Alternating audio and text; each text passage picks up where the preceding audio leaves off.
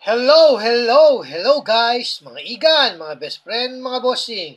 Kamusta po kayo? Magandang buhay po sa inyong lahat. Okay po, tuloy na po tayo. Ito po ay 10 sentimos. Yan, Republika ng Pilipinas, 1970. Yan, medyo nakakuha tayo ng presyo doon sa malaking tindahan ng coins sa Amerika. Ipinagbibili niya po yung seller. Yan, titingnan na po natin Okay. Oh, may pa-shoutout nga pala tayo rito. Okay, shout out sa iyo, Rogelio Ako. Good day, idol. Pa-shoutout naman. Thanks. God bless you and your family. Shout out sa iyo, Roel Ako. Yan. Ito naman pa-shoutout po, idol. Salamat po. Ernest Perialde. Yan. Ernest Perialde. Shout out sa iyo, Ernest Perialde. Okay po. Tuloy na po tayo. Okay, tuloy na po tayo dun sa malaking tindahan ng coins sa Amerika. Sa eBay, yan.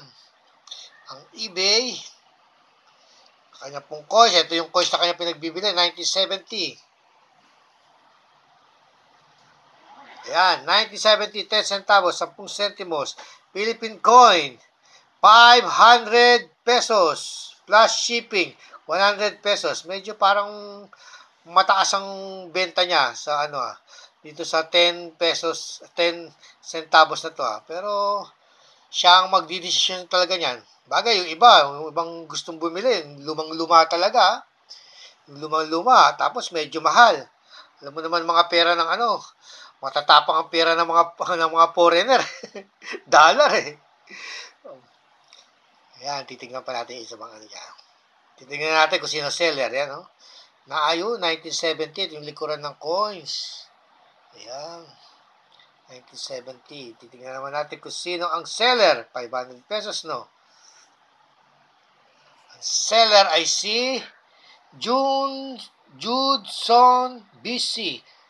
2009, 21. Member since 2000. Matagal ng member since 2009 pa siya. 11 years na siya. Yung location, Philippines. Yan. Pilipino pala siya. Marami na naibentang coins to Siya po ang seller. Yan. Ano naman to? Lazada. Lazada, ano na to? At year 2005. Ba? 1 piso 2005. 1,250. 1 peso coin 2005. Very good condition. Ba? Napasama pa to Ayan. Okay po Sana po yung nakapagbigay ako ng konting impormasyon, konting aliw para sa pangungulekta ng coins. Ang mahalaga, alam natin kung magkano ang value, presyo ng mga coins na ating hawak.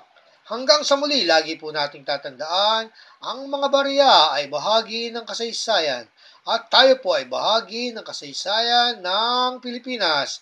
Bye for now. Don't forget to subscribe.